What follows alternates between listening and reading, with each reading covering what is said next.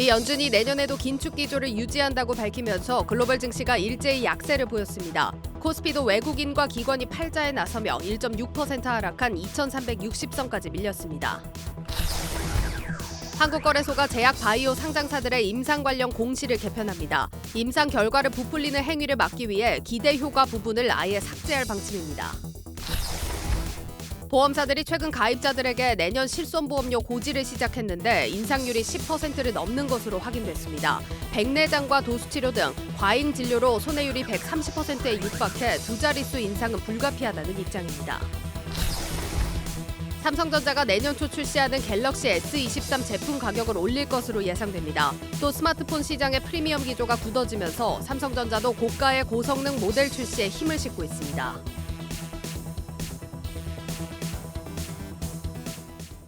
여러분 안녕하십니까? 대한민국 대표 경제 뉴스 뉴스플러스 시작합니다. 파월의 한마디에 또다시 전 세계 증시가 파란불입니다. 증시 상황부터 박찬희 기자와 진단합니다. 박 기자. 네, 오늘 우리 증시는 이 계속되는 긴축 공포에 억눌린 모습입니다. 키워드를 통해서 오늘 우리 증시 하나씩 정리해 보겠습니다. 네. 첫 번째 키워드는 파월이 또입니다. 우리 증시는 12월 결과에 대한 이 실망 매물이 출회되면서 일제히 하락했습니다. 간밤 연준은 예상대로 이 빅스텝을 단행했지만 점도표에서 내년 최종금리 전망치를 기존보다 0.5%포인트 올린 5.1%로 제시했습니다. 이후 제롬 파월 연준 의장은 기자회견에서 인플레이션이 확실히 내려가는 증거가 보일 때까지 금리 인하를 생각하지 않겠다라고 말을 하면서 시장에 실망감을 안겼습니다. 이에 따라서 시장의 안전자산 선호 심리가 커지면서 원달러 환율이 다시 1,300원을 돌파했는데요. 네. 이에 외국인과 기관은 양시장에서 5,500억 원을 팔아치우면서 하루 만에 다시 순매도세로 돌아섰습니다. 네. 이제 한국과 미국의 금리 역전폭이 22년 만에 최대 수준으로 벌어졌습니다. 이게 우리 시장에는 어떤 영향을 미칠까요? 네, 이 4연속 자이언트 스텝을 밟았던 연준이 이번에 빅스텝으로 보폭을 줄이면서 금리 인상 속도 조절에 나섰지만 마냥 반길 수만은 없는 상황입니다. 이번에 연준이 금리를 50bp 인상을 하면서 한미 간 금리 격차는 1.25%포인트까지 확대가 됐는데요. 네. 이는 지난 2000년 10월에 기록했던 1.5%포인트 이후 가장 큰 폭의 역전 현상입니다. 한미 금리 격차 확대로 인해서 이 우려가 되는 것은 역시나 외국인 자금의 이탈입니다. 외국인 투자자 입장에서는 금리가 더 낮은 한국에서 투자할 이유가 전혀 없기 때문에 그렇기 때문에 외국인 자금이 빠져나갈 우려가 있습니다. 그리고 또 외국인 투자가 이렇게 빠져나가게 되면 원화 가치가 하락해서 원달러 환율이 다시 급등하게 되는데요. 이렇게 되면 무역 수지 적자와 수입 물가 상승을 피하기 어렵습니다. 금리 격차를 줄이기 위해서 한국은행이 내년에 기준금리를 더 올린다면 투자와 소비 위축으로 경기 침체 우려가 커지는 그런 악순환으로 이어질 수 있습니다. 특히 오늘 밤 유럽과 영국, 스위스 중앙은행의 통화정책 회의도 예정돼 있는데요. 고물가에 시달리고 있는 유럽 국가들도 공격적인 긴축 정책을 결정하면 외국인 자금 이탈을 더 부추길 수 있습니다. 네. 지금 환율이 한동안 낮아지면서 지난달 수입 물가가 무려 5.3%나 낮아졌다는 거 아닙니까? 그만큼 환율은 이제 물가에도 영향을 주고 또 통제가 쉽지 않은 변수이기 때문에 한국은행도 요즘 금리 결정에 상당히 좀 중요하게 이 환율을 변수로 꼽고 있는데 네. 마침 오늘 이 경제 당국자들이 오늘 금리에 대해서 좀 입장을 냈다고요? 맞습니다. 추경호 부총리는 이번 비상회의에서 FOMC 결과가 금융시장에 미칠 영향과 그 대안책에 대해서 논의를 했는데요. 네. 추 부총리는 이번 금리 인상에 대해서 이 폭은 예상 범위 아니었지만 그러나 시장 불확실성이 높아서 긴장의 끈을 늦출 수 없다라고 답변을 했습니다. 문제는 한국은행입니다. 다음 달 13일에 내년도 첫 금융통화위원회가 열리는데요. 연준이 예상과 달리 이 매파적인 기조를 유지하면서 그동안 베이비 스텝 인상을 고수해왔던 한은행의 입장이 좀 복잡하게 됐습니다. 만약 연준이 점도표를 통해서 밝힌 것처럼 내년에 최종금리를 5.1%까지 높인다면 한미 금리 격차는 사상 최고치였던 1.5%포인트를 넘길 수 있기 때문입니다. 오늘도 이승원 한은 부총재도 시장 상황 점검 회의에서 한은 기준금리가 역전폭이 확대됐다면서 이 시장 변동성이 크게 확대가 되면 시장 안정 조치를 시행하겠다라고 밝혔습니다. 앞서 이창용 총재는 지난달 금통위 기자회견에서 연준에 맞춰서 금리를 기계적으로 올리지 않겠다면서 베이비 스텝 의지를 밝혔지만 우리 시장에 미치는 영향이 커지면 조치를 취하겠다라고 언급한 바 있습니다. 한은 역시 이 한미 금리 격차를 어느 정도 경계하고 있다라는 겁니다. 그러면 한국은행의 최종 금리도 더 올라갈 가능성이 있겠습니다. 맞습니다. 이 증권가에서는 한은의 내년 최종금리가 연 3.5%가 될 것으로 전망하고 있습니다. 네. 한은이 내년 1월 이 첫 금통위에서 베이비 스텝을 단행하고 상반기에는 금리를 유지할 것이라는 게 지금 증권가의 중론인데요. 연준의 금리 인상 속도를 확인한 뒤에 내년 8월부터 금리 인하에 돌입할 것으로 보고 있습니다. 문제는 한은의 최종금리가 3.5%에서 멈춘다면 연준의 최종금리 예상치인 5.1%와 비교했을 때 격차가 1.6%포인트까지 벌어질 수 있다는 건데요. 그렇게 되면 앞서 이야기했던 한미 금리 격차 확대에 따른 그 부작용이 더 크게 발생할 수 있다는 겁니다. 일각에서는 한은이 내년에 금리 인상폭을 늘려서 미국과의 격차를 좁혀야 한다는 주장도 나왔습니다. 그러나 지금보다 금리를 더 높인다면 경기 침체 우려가 심화될 수 있기 때문에 내년 통화 정책을 구상해야 하는 이 한은 입장에서는 딜레마에 빠질 수밖에 없습니다. 네. 그리고 오늘 연준 금리 인상으로 특히 더 피해를 본 업종이 있다고 하는데 어디입니까? 네, 한때 삼성전자와 함께 이 국민주 바늘의 이름을 올렸던 네카오입니다. 국민 성장주 네카오는 연준 피벗 기대감에 최근 일주일간 상승세를 보였지만 경기 침체 우려에도 불구하고 이 내년에도 금리 인상의 무게가 실리면서 성장이 제동에 걸렸습니다. 네카오는 연준이 내년에도 긴축 정책을 이어갈 것을 시사하면서 오늘 5% 넘게 급락했는데요. 보통 성장주의 주가는 당장의 이익보다 미래 성장 가치를 계산해서 책정이 되는데 금리가 인상되면 미래 현금 가치에 대한 할인율이 커지기 때문에 주가가 타격을 받을 수밖에 없습니다. 증권가에서도 네카오의 이 목표 주가를 연초 대비 절반이나 깎으면서 부정적인 전망을 내놓고 있습니다. 네이버의 목표 주가는 연초 54만 원 선에서 26만 원 선으로 51%나 깎였고 카카오의 경우 16만 원에서 7만 원으로 55%나 떨어졌습니다.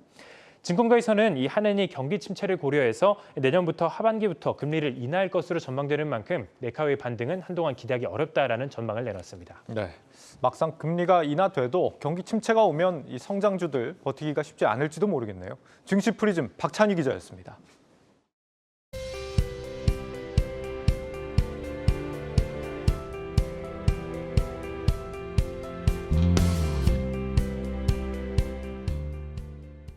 네, 뉴욕 증시도 파월 의장의 발언에 피벗 기대감이 꺾이면서 하락했습니다. 연말 산타 랠리 기대감은 이렇게 마무리가 되는 건지 월가 전문가들 의견 살펴보겠습니다. 글로벌 콘텐츠부 조연 기자 나와 있습니다.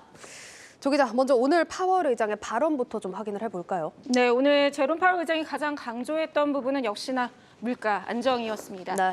시장에서는 10월과 11월, 그러니까 2달 연속 둔화된 CPI 지표를 보고 인플레이션이 정점을 찍었다는 데 주목했다면 연준은 아직 목표치인 2%까지 한참을 남았다는 부분에 방점을 찍은 것입니다. 그 외에 오늘 파월 의장 발언은 뭐 큰 틀에서 예상할 수 있는 정도의 수준이었는데요. 네. 직접 들어보겠습니다. And that we are strongly committed to bringing inflation back down to our 2% goal. Over the course of the year, we've taken forceful actions to tighten the stance of monetary policy. We've covered a lot of ground, and the full effects of our rapid tightening so far are yet to be felt.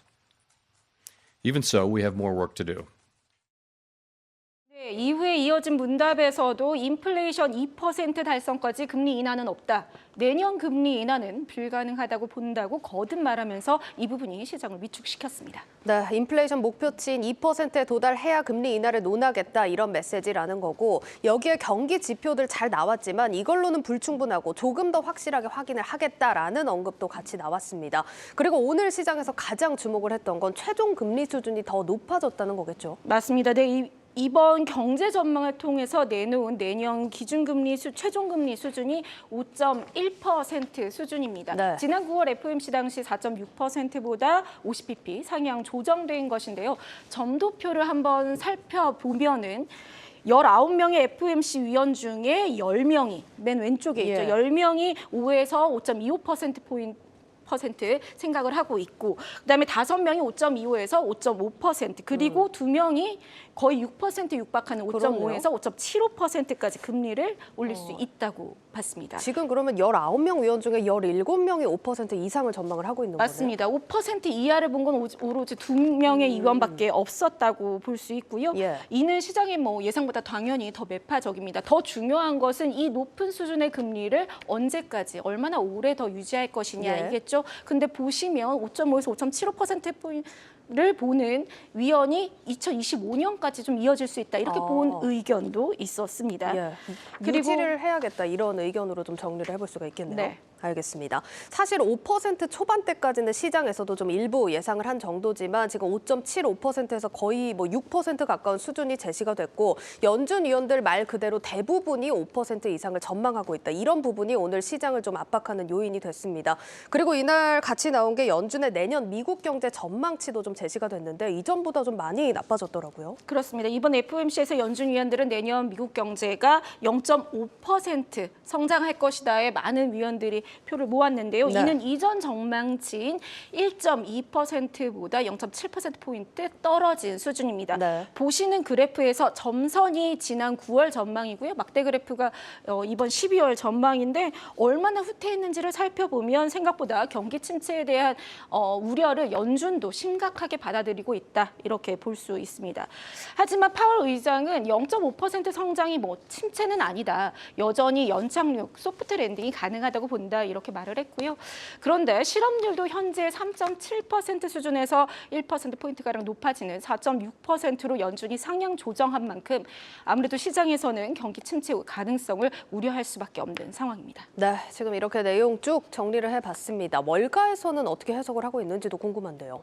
네, 파월 의장이 그야말로 피봇에 대한 기대는 접어라 이렇게 이야기를 했다라고 입을 모았는데요. 예. 먼저 인터랙티브 브로커스의 수석 전략가 스티브 소스닉은 오늘 발표로 내년에 금리 정점을 찍고 인상 중단 그리고 피봇을 이어질 것이라 기대했던 시장에 어떻게 보면 찬물을 끼얹었다. 그렇죠. 이렇게 이야기를 했습니다. 또 US 뱅크와 코메리카 은행은 연준이 올해와 내년 성장률 전망을 모두 하향 조정했는데 인플레이션을 원하는 수준까지 끌어내릴 때까지 경제적인 고통을 감수하겠다. 예. 이런 의지를 확고히 했다라고도 이야기를 했고요. 또 리차드 번스타인의 댄스즈키 CIO는 연준이 성장 둔화에도 금리를 더 오를 것이라 이렇게 전망한 것은 결국에 시장의 더 큰 불확실성은 연준이 아니라 성장이다. 이렇게 강조하기도 했습니다.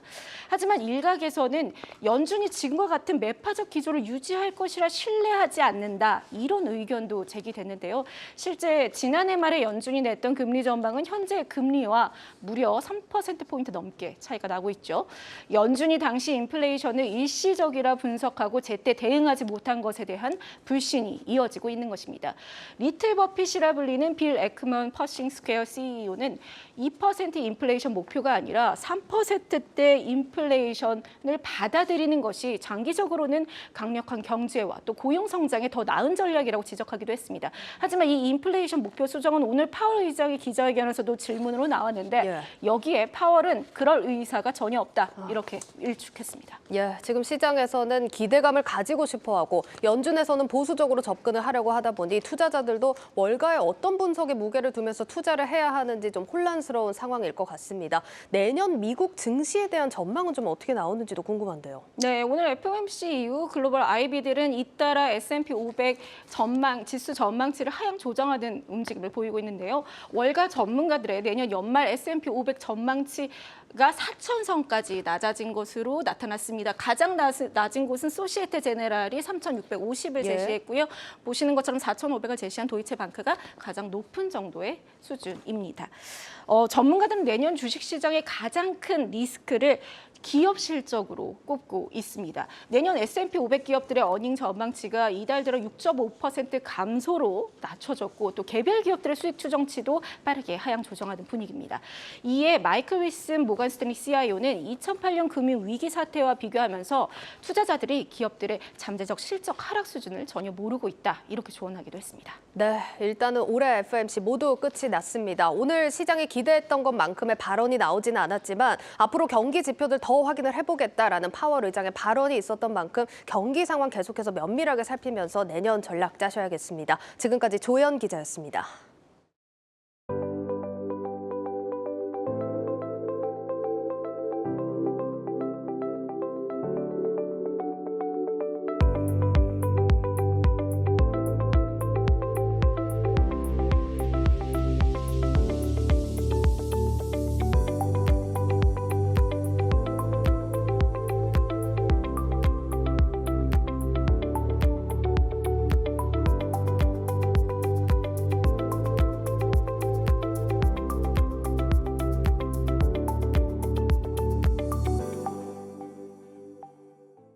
한국거래소가 국내 제약바이오 기업들의 임상 공시 제도를 개편하는 것으로 저희 취재 결과 확인됐습니다.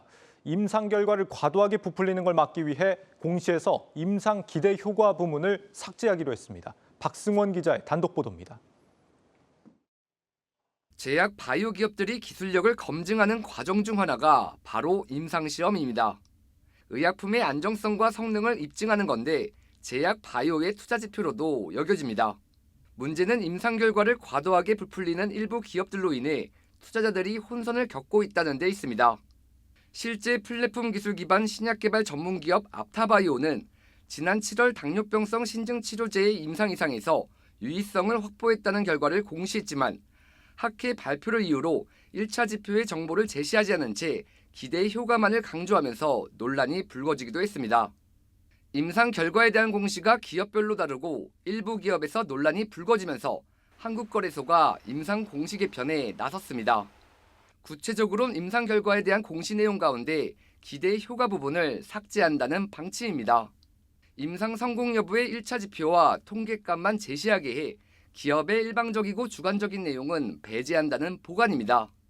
한국거래소 관계자는 앞으로 객관적인 내용만 받기 위해 기대 효과 부분을 삭제하는 방안을 검토 중이라고 말했습니다. 한국거래소가 임상 결과에 대한 투자자 혼선을 줄이기 위해 임상 공시 개편이라는 칼을 빼들었지만 시행 전부터 실효성 논란이 일고 있습니다. 제약 바이오의 임상에 대한 투자자들의 이해가 쉽지 않은 만큼 임상 시험의 기대 효과를 기존처럼 제시하는 게 적절하다는 이유에서입니다. 오히려 기대 효과를 기존처럼 게재하고 해당 내용에 대해 과도하게 부풀린 부분이 향후 검증될 경우 페널티를 부여하는 게 효율적이라는 설명입니다. 부적합이라든가 과다하게 내용들을 부풀렸다든가 이런 부분은 향후 검증되면 오히려 그런 부분에 있어서 페널티 조항으로 적용하면 순기능도 어느 정도 살리면서 바이오 쪽에 일반 투자자들에 대한 이해를 좀 도울 수도 있고. 임상 효과 뻥튀기를 막기 위해 한국거래소가 추진하는 임상 공시 개편. 시행 전부터 실효성을 두고 논란이 일고 있는 만큼 제도적 보완이 필요하다는 지적입니다. 한국경제TV 박승원입니다. 내년부터 실손보험료가 10% 넘게 인상된다. 보험사들이 최근 가입자들에게 이런 내용의 고지를 시작했습니다. 당국의 인상 자제 권고에도 이 두 자릿수 인상 피하기 어려워 보입니다. 장슬기 기자입니다. 국내 보험사들이 실손보험 가입자들에게 내년부터 보험료가 변경된다는 내용의 자동갱신 안내문을 배포하기 시작했습니다. 현재 2009년 이후 가입한 실손보험 가입자들을 대상으로 안내문이 배포됐는데 약 12% 인상된 보험료가 적용될 예정이라고 기재돼 있습니다. 보험사 측은 내년부터 인상률을 적용하려면 올해 안으로 예상보험료 안내 고지가 돼야 한다며 다만 보험료 최종 확정에 따라 재안내를 할 예정이라고 밝혔습니다. 현재 보험사들은 실손보험 최종 인상률 협의 막바지 작업을 이어가고 있습니다. 가입 시기와 연령별로 다르긴 하지만 2017년 출시된 3세대의 경우엔 이번이 첫 보험료 인상인 만큼 20%가 넘는 인상률이 적용될 것이란 전망도 나옵니다. 보험연구원에 따르면 3세대 실손보험의 손해율은 출시 당시 58.5%를 시작으로 매년 악화되면서 올 상반기 127.1%에 도달했습니다.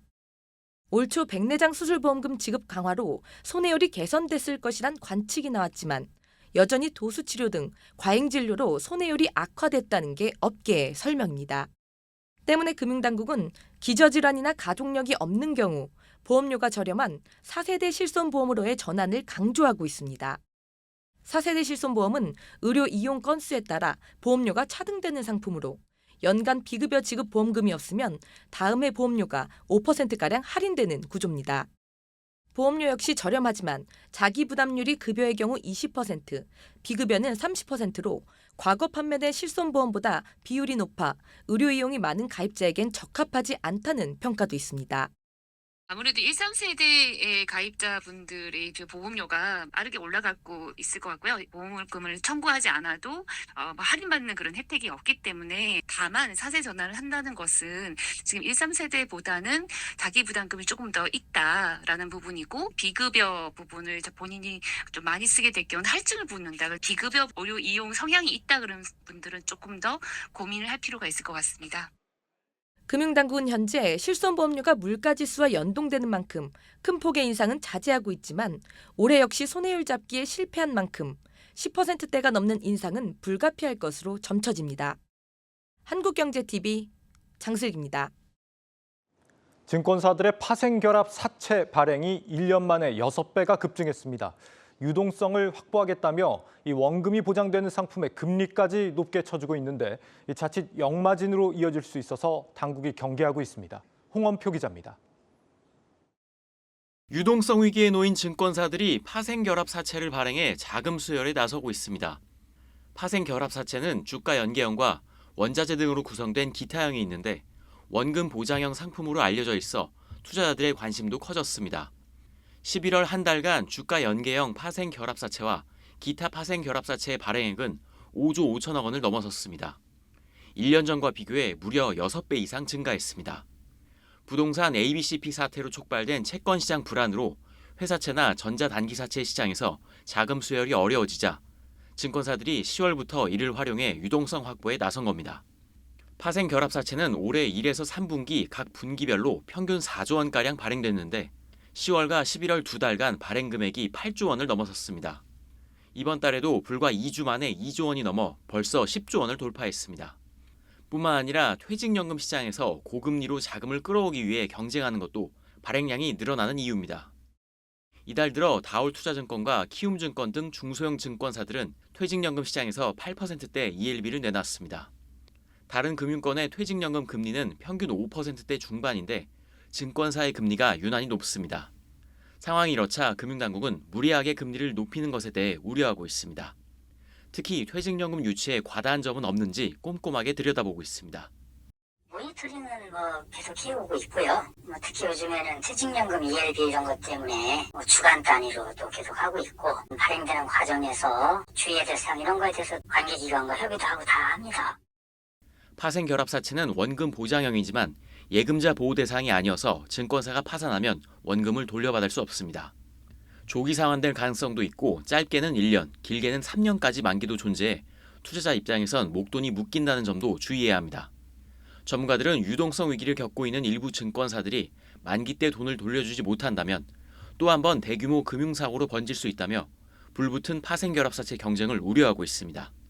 한국경제TV 홍원표입니다. 삼성전자의 차세대 스마트폰 갤럭시 S23의 가격이 착하지 않을 걸로 보입니다. 부품값이 올라서 더는 가격 동결이 어려워진 건데 이 대신 아예 고성능으로 승부를 볼 거란 예상이 나오고 있습니다. 산업부 정재용 기자와 이야기 나눠봅니다. 정 기자, 갤럭시 S23 출시가 언제입니까? 지금 현재로서는 2월 첫째 주 출시가 좀 유력한 상황이고요. 그러니까 2월 첫째 주에 공개, 언팩 행사를 그때 하는 것으로 보이는데 사전 예약 기간을 좀 한 일주일 넘게 가지고 나서 2월 중순쯤에 이제 출시를 할 것으로 보입니다. 이 출시를 2달 정도 앞둔 건데 출시를 2달 앞두고 가격 정책에서 굉장히 삼성전자 내부에서 고심을 많이 하고 있는 것으로 좀 보입니다. 올해 초에 이제 공개가 된 갤럭시 S22나 그리고 이제 8월 달에 출시가 된 갤럭시 폴드 시리즈 4세대 폴더블 폰 시리즈에서는 가격을 좀 동결하는 전략을 썼습니다. 그러니까 좀 부품값이 좀 올랐더라도 많이 판매량을 늘리기 위해서 가격을 좀 착하게 만든 건데 사실 올해 그러니까 내년에 출시될 23에서는 좀 그렇지 못할 가능성이 현재로서는 좀 큽니다. 따라서 한 가격을 전작 대비해서 한 5%에서 10% 정도 올리는 방안도 좀 검토를 하고 있는데 이게 좀 대충 얼마가 될 것이냐 보면은 올해 출시된 이제 갤럭시 S22 울트라 모델 같은 경우에는 최고 사양 모델 512GB 메모리를 탑재한 모델 같은 경우에는 155만 1,000원이었거든요. 그러니까 5%를 올리면 한 162만 원, 10%를 올리면 170만 원이 넘게 됩니다. 이게 플래그십이 아무리 플래그십이라고 해도 170만 원 돈을 쉽게 쓰기는 좀 힘들잖아요. 좀 그런 가격대가 된다고 보면 되고요. 사실 이제 그동안에는 이제 개별 제품 하나의 수익을 내기보다는 아까 말씀드린 대로 좀 많은 판매량을 노려서 좀 점유율을 올리자는 논리가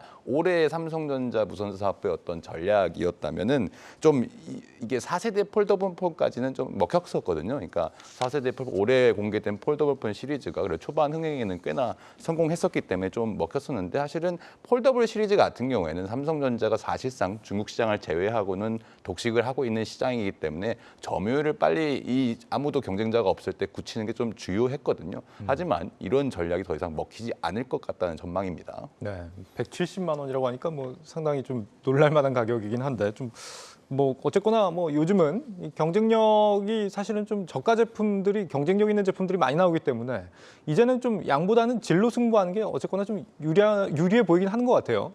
그렇습니다. 이제 딱 사례가 있죠. 지난 이제 애플의 아이폰 14 시리즈에서 우리가 그 사례를 좀 볼 수가 있었는데 그 당시에 애플이 총 네 가지의 시리즈를 준비했습니다. 하지만 이제 고가 모델의 프로와 프로 맥스에 자신들의 최신의 칩셋인 A16 바이오닉 칩을 넣어줬죠. 네. 그러면서 이제 아예 이제 최저가 모델은 뭐 단종까지 할 정도로 좀 안 팔렸었고 프로와 프로 맥스 모델은 아직도 뭐 지금 신청해도 지금 또 폭스콘 사태 때문에 공급난에 시달리고 있잖아요. 네. 뭐 받는 데까지 한 달 정도 걸린다고 하는데 그 정도로까지 인기가 좀 있었다는 거죠. 그러니까 고가 모델 위주로 전략을 쓴 애플 같은 경우에는 지금 4분기에 점유율이 24.6%를 좀 기록을 해가지고 삼성전자를 제치고 점유율 면에서도 1위를 지금 달성할 거라는 전망이 좀 나오고 있는 상태입니다.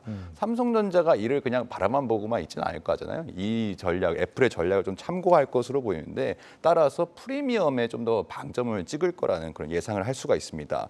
스마트폰 전체 시장은 사실 침체기가 맞지만 이 고가 고성능 모델 위주로는 오히려 좀 판매량이 늘거나 그러니까 오히려 전체 그러니까 저가 스마트폰보다는 이 성장률이 떨어지는 추세가 좀 덜한 그런 것들이 좀 보이거든요. 가장 최근 데이터를 좀 보면은 이제 동남아 시장에서도 전체 스마트폰 출하량이 지난해 같은 기간보다 한 10% 정도 감소했는데 예. 400달러 이상의 모델, 그러니까 우리 돈으로 한 50만 원, 60만 원 정도 이상의 모델에서는 오히려 이제 전년 동기 대비보다 29% 정도 판매량이 늘었다는 그런 데이터도 있습니다. 예, 그렇군요. 지금 아이폰 최상위 모델은 가격이 얼마나 되죠, 보통? 그것도 한 170만 원 정도 됩니다. 비슷한 수준으로 맞춰지는 거군요, 이번에 나온다면. 그런데 이번에 이제 가격 인상을 결정한 이유가 부품값이 많이 올라서다라고 했는데 어떤 부품이 그렇게 오른 거예요? 우리가 이제 스마트폰의 CPU라고 할 수 있는 애플리케이션 프로세서 AP라고 하잖아요. 뭐 네. 엑시노스 때문에 삼성이 뭐 굉장히 좀 수난을 겪고 있다 뭐 이런 스마트폰의 두뇌 역할을 그렇습니다. 하는. AP 가격이 좀 많이 올랐습니다. 이거는 이제 공식적인 삼성전자의 분기 보고서에 명시가 좀 돼 있는데,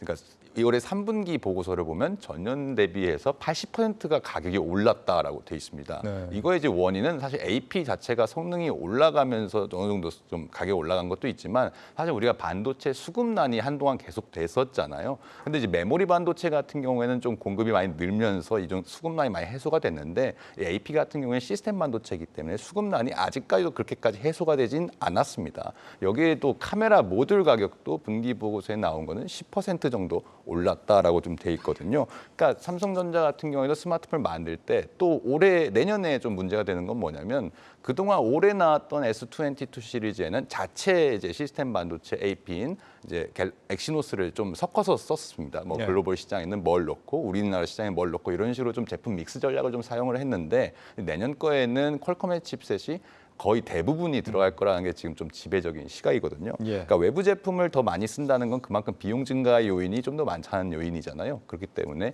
좀 더 원가 절감에서 힘든 부분이 생길 수밖에 없다라고 좀 볼 수가 있겠습니다. 여기 이제 갤럭시 S23에는 뭐 당연히 업그레이드를 또 다른 부분에 시켜야 하잖아요. 지금 좀 이역화소 이미 센서가 들어가냐 아니냐 좀 전망이 좀 엇갈리는데 원래대로라면 들어가야 하는 게 맞고 또 디스플레이도 좀 성능이 강화가 되고 여기에 또 새로운 강화유리까지 적용이 된다는 좀 측면이 있습니다. 그렇게 되면 모든 것이 단가가 올라가 버리는 그런 상황이 좀 나오죠. 그렇기 때문에 불가피하다면 이제 원가가 오르는 것을 피할 수가 없다면 제대로 된 그러니까 고성능의 고가의 프리미엄 전략을 좀 써야 한다는데 전문가 의견을 좀 한번 들어보시죠. 원가가 커지고 제조사들 입장에서는 운영 비용도 커질 수밖에 없는 상황이거든요. 뭐 저가의 제품을 많이 판매하는 것보다는 고가의 고성능 제품을 조금 덜 판매하더라도 고가와 고성능 제품을 판매함으로써 차라리 수익성 가지고 가자라고 하는 좀 전략적인 측면이 좀 전체적으로 이제 우세한 것 같아요. 또 지금 문제가 가장 큰 건 뭐냐면은 삼성전자의 반도체 수익이 4분기에 영업이익이 뭐 전분기 대비 반토막 나고 전체 영업이익도 지난해 전년 동기 대비해서는 반토막이 나게 돼 있습니다. 지금 6조 9천억 정도가 지금 예상이 되는데 문제는 내년 2분기까지 이거보다 영업이익이 더 적어진다는 것입니다. 그러니까 반도체에서 지금 힘을 못 쓰게 되는데 그렇다면 어디서 수익성을 좀 가져와야 하냐. 가전도 내년에는 지금 상황이 좋지는 않습니다. 그럼 남은 희망은 스마트폰밖에 없는데 어느 때보다 좀 스마트폰의 가격 전략이 좀 중요한 시점이다. 이렇게 바라볼 수가 있거든요. 마침 이제 오늘부터 삼성전자가 이제 글로벌 전략회의를 시작을 합니다. 이제 임원 인사를 다 단행을 하고 조직 개편 이후에 이제 글로벌 전략회의를 오늘 이제 수원에서 시작을 하는데 오늘 이제 스마트폰 담당은 MX 사업부가 이제 시작을 하는 거거든요. 여기서 좀 심도 깊은 이런 가격 우리가 지금까지 얘기했던 가격 정책까지 좀 전략적으로 논의가 시작될 것으로 전망이 됩니다. 네, 가격이 오른 만큼 성능도 확실히 개선된다는 걸 알 수 있는데 사실 뭐 2억 화소랑 1억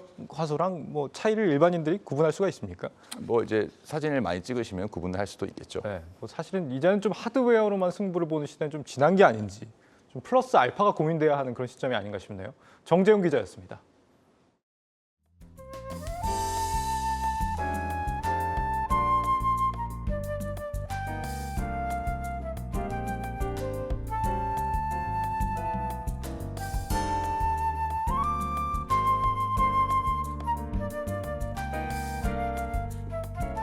어르신부터 MZ세대까지 모두를 포용하는 상생 매장으로 우리의 전통시장 및 지역경제 활성화에도 기여할 수 있기를 기대합니다.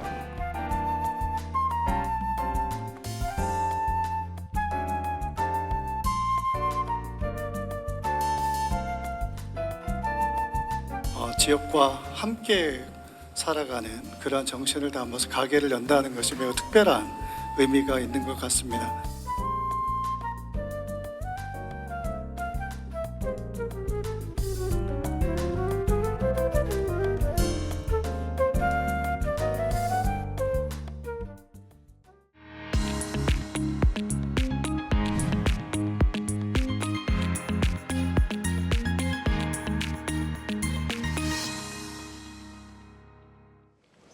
네, 최근 NC소프트 주가가 말 그대로 롤러코스터를 타고 있습니다. 이유가 무엇인지 IT바이오부 정호진 기자와 함께 살펴보겠습니다. 정 기자, NC소프트 주가가 정말 며칠 사이에 등락이 너무 심하게 움직이는 것 같은데 주가 흐름부터 좀 살펴볼까요? 네, 주가 흐름 살펴보면 지난주부터 사실 견조한 흐름을 보였던 NC소프트의 주가는 지난 화요일 갑작스럽게 8% 넘게 급락했습니다. 그래서 43만 500원의 종가를 기록했고요. 그리고 다음 날인 14일엔 5% 넘게 가격이 뛰었고 오늘은 또 다시 상승분을 반납하면서 이렇게 43만 4천 원의 장을 마감했습니다. 예, 지금 NC소프트 시총이 9조가 넘는 무거운 기업입니다. 그러니까 이런 기업 종목 주가가 이렇게 움직이는데 이유가 있을 것 같은데 NC소프트 내부에서는 이유를 뭐라고 보고 있습니까? 네, 물론 뭐 다양한 목소리들이 나오고 있긴 한데요. 네, NC소프트 입장에서도 굉장히 당황스럽다 이런 입장입니다. 왜냐하면 뭐 NC에서 서비스하고 있는 게임에서 뭐 이슈가 있었던 것도 아니고 뭐 개발 중인 신작에서 뭐 다른 문제가 있었던 것도 아니고요. 그래서 여러 얘기가 나오고 있긴 한데요. 업계에선 지난 월요일에 한 증권사에서는 NC소프트 관련 리포트가 이 주가에 영향을 미쳤다 이렇게 보고 있습니다. 해당 리포트 어떤 내용인지 살펴보면 이 블리자드의 신작 게임인 디아블로4가 내년 6월에 출시될 예정인데 이 시기가 NC소프트의 신작인 TL과 출시 시기가 겹칠 수 있기 때문에 이렇게 초기 흥행이 우려된다 이런 내용을 담고 있습니다. 근데 사실 기업들 리포트가 정말 많이 나오는데 리포트 하나에 이렇게까지 주가가 요동칠 일인가요?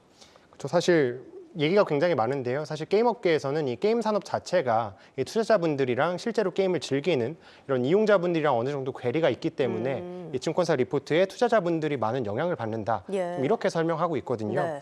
사실 이번 NC소프트 사례 이전에도 굉장히 다양한 사례가 있었습니다. 근데 하나만 대표적으로 살펴보면 올해 4월에 이 펄어비스에서 검은 사막 모바일을 중국에 출시했는데요. 근데 이 과정에서 이 증권사에서 이 펄어비스의 신작 흥행이 우려된다 이런 내용의 리포트를 제시했고요. 그 당일에 주가가 24% 넘게 하락했고 또 다음 날에도 9.7%대 하락세를 이어가기도 했습니다. 네, 뭐 게임 업계 특성을 어느 정도는 이해할 필요가 있어 보입니다. 자, 그렇다면 NC의 신작 얘기 한번 해보겠습니다. TL이라는 게임, 이게 꽤 오랜 기간 공을 들인 걸로 알고 있는데 어떤 게임입니까? 이 TL은 원래 프로젝트 TL이라는 이름으로 2017년에 처음 공개가 됐습니다. 처음에는 사실 리니지의 차기작을 표방하면서 이 TL이 더 리니지의 약자가 아니냐 이런 얘기도 있었는데요. 근데 이 NC가 탈 리니지, 그러니까 리니지로부터 벗어나겠다 이런 의견을 표명하면서 TL은 리니지가 아닌 새로운 IP를 기반으로 하는 게임이다. 이렇게 강조하면서 리니지와는 거리 두기를 하고 있습니다. 그런데 NC가 공개한 이 TL의 사내 테스트 영상을 보면 사실 리니지와 거리를 그렇게 크게 두진 않는 것 같은 모양도 볼 수 있는데요. 왜냐하면 이 리니지 게임의 정체성 중에 하나가 이 필드에서 이루어지는 이용자 간의 전투, 뭐 PK라고 합니다. 예. 이런 것도 있고 뭐 공성전도 있고 또한 뭐 캐릭터의 변신 같은 요소들이 있는데요. 이런 내용들도 게임 영상에서 살펴볼 수 있었고요. 예. 또 펫이라든지 뭐 인형, 스킬 등급 이렇게 리니지 게임에서 있는 시스템들을 그대로 이 TL로 옮겨온 것이 아니냐 이렇게 추측되는 내용들도 찾아볼 수 있었습니다. 다만 이 TL이 리니지랑 다른 점은 이 모바일 게임이 아니라 PC와 콘솔 플랫폼에서 출시된다는 건데요.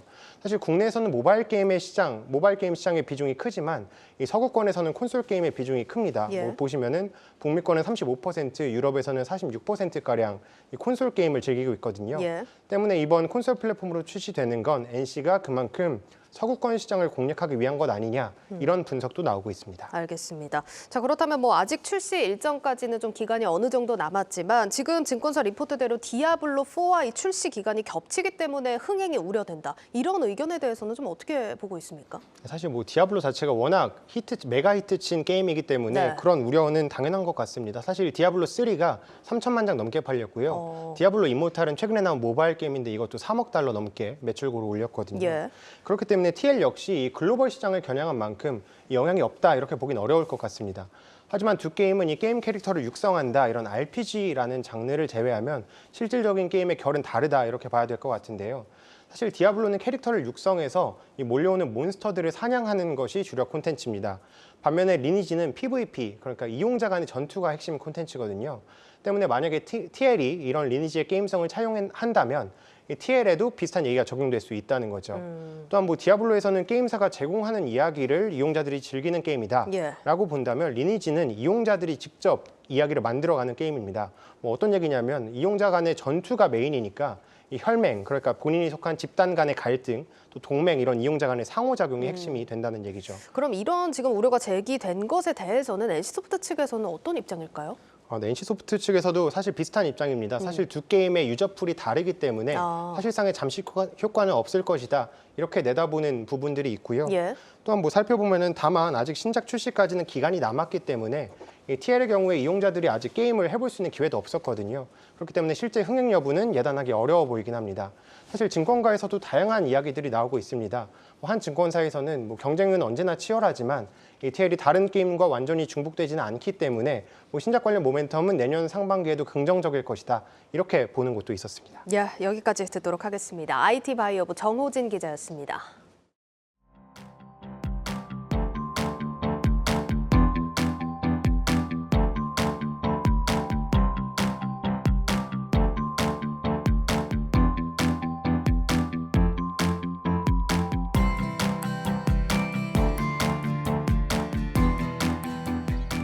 미국의 정책 금리는 제가 볼 때는 아마 내년 상반기 내로 중단 내지는 지금과 같은 현상은 아닐 걸로 생각을 합니다.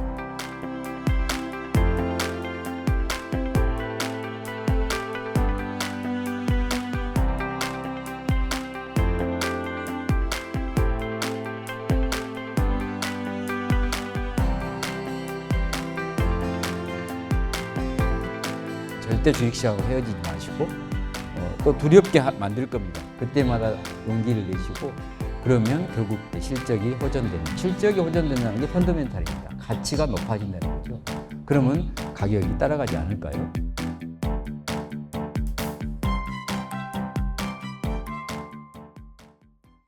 네, 편의점이 주력인 BGF 리테일과 GS 리테일이 전문 무역 상사 지위를 획득한 사실 알고 계셨습니까? 이게 내수 사업을 위주로 하던 편의점이 수출 역량을 인정받은 건데 최근 수출 사업 빠르게 키우고 있다고 합니다. 이 내용은 유통산업부 김예원 기자와 함께 다뤄보겠습니다. 김 기자, 편의점이 수출 플랫폼 역할을 하고 있다는 거네요? 네, 맞습니다. 국내 편의점들이 자체 브랜드 상품과 중소기업 제품들을 해외로 잇따라 좀 수출하고 있는데요. 네. 마트, 슈퍼마켓 등 현지 유통 채널에 입점하거나 해외에서 오픈한 편의점 매장에서 한국 상품을 판매하는 방식입니다. CU와 GS25는 현재 20개가 넘는 국가에 한국 상품을 좀 수출하고 있는데요. 주력 국가였던 아시아뿐 아니라 북미, 유럽, 남미까지 좀 국가를 넓힌 겁니다. 이러한 수출 역량을 인정받아 이제 CU와 GS 모두 전문 무역 상사 지위를 획득하기도 했습니다. 그럼 지금까지 수출이 얼마나 늘어난 겁니까? 네, GS는 수출을 시작한 지 5년 만에 수출액이 50배가 성장을 했습니다. 올해 GS25는 11월 말 기준 수출액 100억 원을 돌파했는데요. 2017년 2억 원에서 시작한 수출액이 좀 빠르게 늘면서 2020년엔 300만 달러를 기록했고요. 올해 연간 기준으로 1000만 달러까지 좀 성장할 것으로 전망됩니다. CU도 올해 500만 달러 이상을 좀 기록할 것으로 보이고요. 아직 내수 매출과 비교하기는 비중이 좀 미미하지만 성장세만 보면 이제 안정화 단계로 접어든 국내 시장의 돌파구가 될 수 있다, 이런 평가가 나옵니다. 네, 지금 뭐 두 기업 모두 수출 비중을 좀 빠르게 늘려가고 있는 모습인데 주력 수출품은 그럼 어떤 게 있을까요? 혹시 공표 맥주라고 좀 들어보셨나요? 들어봤죠. 네, 없어서 못 팔 정도였잖아요. 네, CU에서 내놓은 자체 브랜드 제품인데요. 한국에서도 좀 큰 인기를 끌었는데 해외에서도 굉장히 수출이 잘 되고 있습니다. 편의점 PB들의 경쟁력이 좀 해외에서도 입증된 셈인데요. PB 중에서도 라면, 스낵, 맥주, 음료 종류가 인기가 좋습니다. 특히 한국에서 큰 인기를 끌었던 제품들이 해외에서도 잘 팔리는 경우가 많은데요. GS25의 오모리 김치찌개 라면, 버터 갈릭 팝콘 등이 대표적입니다. 몽골의 경우에는 CU가 진출하면서 커피를 마시는 문화가 대중화되고 있다고 합니다. 이전에 커피 전문점이 활성화되지 않았는데 편의점이 그 역할을 대신하면서 커피를 찾는 분들이 부쩍 늘어나고 있는 겁니다. 그렇군요. 일단 뭐 지금 얘기해 주신 품목들 보면 굉장히 의외인 것도 많은 것 같은데 아무래도 좀 한류 열풍의 영향이 좀 크다고 봐야겠죠? 네, 맞습니다. 제가 해외의 한 편의점 매대 사진을 가져왔는데요. 이제 보시면 신당동 떡볶이 스낵, 왕소라영 스낵 이렇게 한국어로 된 제품명이 좀 그대로 쓰여 있습니다. 해외 수출 상품에서도 이제 한국어를 그대로 사용한 건데요. 한국 제품에 대한 신뢰도가 좀 높기 때문에 한국어를 좀 전면에 내세워서 수출을 진행하고 있습니다. 한류로 인해서 이제 한국 스타들이 먹는 그리고 한국 콘텐츠에서 나오는 제품을 경험하고자 하는 수요도 강하고요. 때문에 한국에서 큰 인기를 끌었던 제품에 대해선 해외에서 먼저 판매 제한이 오는 경우도 많습니다. GS25의 수출입 파트장 인터뷰 한번 들어보시죠. 한류, 그다음에 한국 문화, 음식에 대한 트렌드 확산이 주요 원인이고요. 기본적으로는 이제 국내 MD랑 같이 협업을 해서 최초 이제 상품 개발 단계부터 수출을 고려한 상품 개발을 진행하고 있고요. 네, 요즘 우리 음식에 대한 관심이 해외에서 높아지고 있다는 소식 굉장히 많이 들려오고 있는 것 같습니다. 그런데 이렇게 사실 인기가 있다고 해도 아직까지 수출 사업 매출 비중은 좀 낮은 상황으로 알고 있는데 해외 사업에 대한 향후 전망은 좀 어떻습니까? 네, 유통업계가 지금 해외에 대한 영업장을 잇따라 좀 철수하고 있는 것과 다르게 편의점의 해외 진출은 조금 더 가속화될 것으로 보입니다.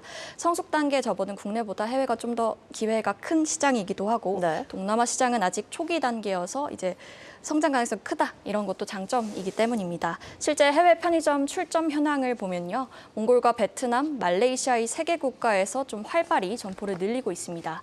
3개 업체 모두 각국에 5년 내 300개에서 700개 수준으로 매장을 좀 확보한다는 계획입니다. 이 국가들은 편의점 시장이 아직 초기 단계인데다 편의점을 주로 사용하는 젊은 층 인구 비중이 크기 때문에 좀 매출 성장세가 더욱 가파를 것으로 예측이 되고요. 해외 점포들은 한국 제품의 수출 통로로 활용되기 때문에 이런 고정 인프라를 가지고 PB 상품 수출도 좀 공격적으로 늘릴 수 있는 것도 장점입니다. 해당 국가뿐 아니라 인접한 문화권 국가의 수출을 늘리기도 용이하고요. 다만 해외 진출 초기인 만큼 적자가 좀 해결 과제로 꼽히는데요.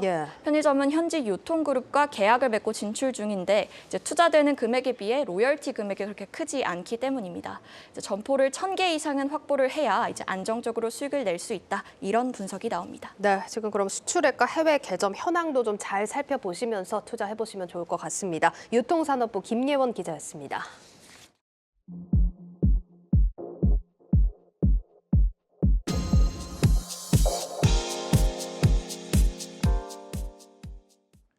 DLF 파생 상품 원금 손실 사태로 중징계를 받았던 손태승 우리금융지주 회장이 징계 취소 소송에서 최종 승소했습니다. 하지만 내년 3월 연임이 가능해지려면 라임 사태 징계에 대해서도 취소 소송을 벌여야 합니다. 정권의 인사들이 금융사 CEO를 차지하는 분위기 속에서 연임은 현실적으로 쉽지 않아 보입니다. 박승환 기자입니다. 대법원은 금융감독원이 DLF 사태 책임을 두고 손태승 우리금융지주 회장에 내린 징계를 취소해야 한다고 결론냈습니다. 대법원은 내부 통제 기준을 마련한 이상 이를 지키지 않았다고 책임을 물을 법적 근거가 없다며 원심 판결을 확정지었습니다. 앞서 금감원은 2020년 2월 우리은행이 DLF를 불완전 판매했고 당시 우리은행장이었던 손 회장을 포함한 경영진이 내부 통제를 부실하게 했다면서 문책 경고를 내렸습니다. 이제 관심은 손 회장이 또 다른 중징계 건인 라임 사태 문책 경고에 대한 소송을 벌일지 여부입니다.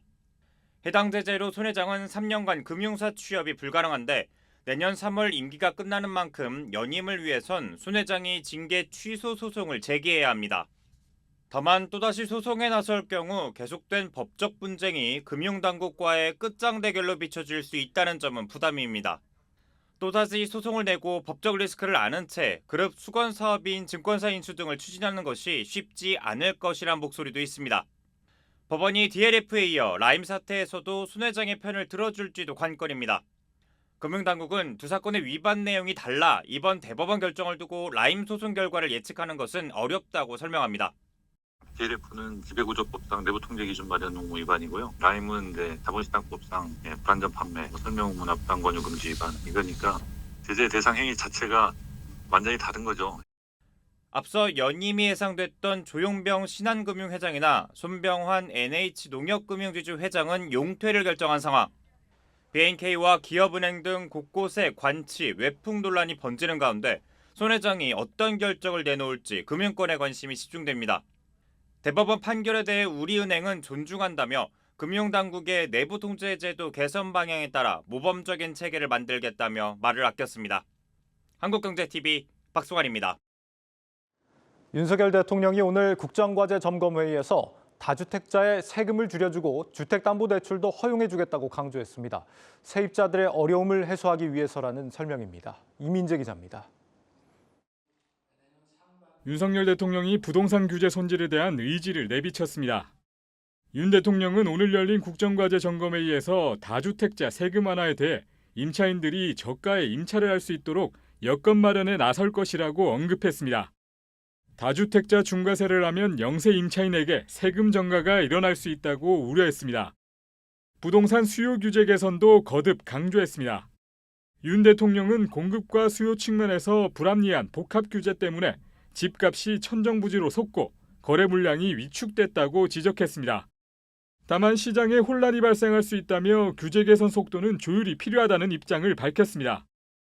윤 대통령은 고금리로 주택 가격이 하락하는 추세를 보이기 때문에 수요 규제를 조금 더 빠른 속도로 풀어나갈 것이라며 시장이 안정을 찾는 데 최선의 노력을 다하고자 한다고 말했습니다. 정부는 이와 관련해 다주택자, 임대사업자에게 주택담보대출을 허용해 부동산 시장 연착륙을 유도하기로 했습니다. 금융위는 투기 지역에 대해 주택담보대출 비율을 50%까지 완화한 가운데 일시적으로 보금자리론 가입 자격을 주택가격 기준 6억 원에서 9억 원으로 낮추는 안을 추진하기로 결정했습니다. 윤 대통령은 또 1,139채에 달하는 빌라 오피스텔을 임대하다가 사망한 빌라왕 사태 관련 재발을 막기 위해 법 집행기관에 철저한 단속을 주문했다고 말했습니다.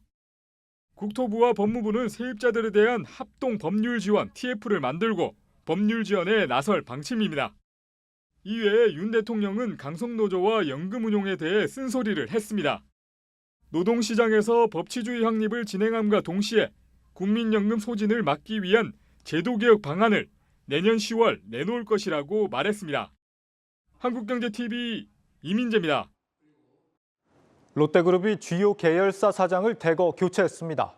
롯데건설 유동성 위기로 재무 부담이 커진 상황에서 강력한 쇄신에 들어간 겁니다. 유호성 기자입니다. 보름 가까이 장고한 신동빈 회장.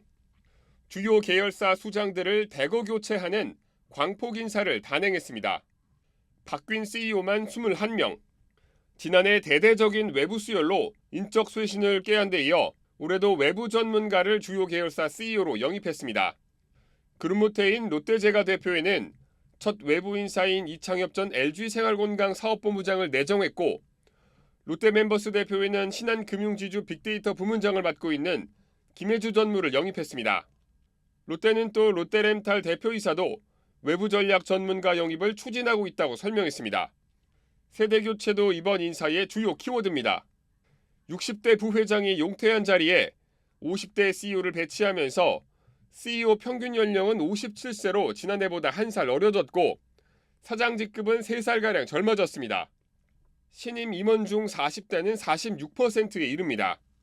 내부 전문가의 전략적 재배치도 이루어졌습니다. 2년 연속 이어진 외부 수혈 인사에 따른 내부 반발 기류를 의식한 것으로 풀이됩니다. 특히 지난해 11월 롯데건설 대표이사로 선임된 박현철 부회장은 롯데그룹이 처한 유동성 위기를 극복할 구원투수 역할을 부여받은 만큼 기존 사장에서 부회장으로 승진했습니다. 관심을 모았던 신동빈 회장의 장남 신유엘 롯데케미칼 일본지사 상무는 상무부에서 상무로 승진했습니다. 롯데그룹 승계 작업이 본격화됐다는 관측이 나옵니다. 인사가 마무리되면서 롯데그룹은 이르면 다음 주 사업군별 내년도 경영전략 발표를 진행할 방침입니다. 한국경제TV 유호성입니다.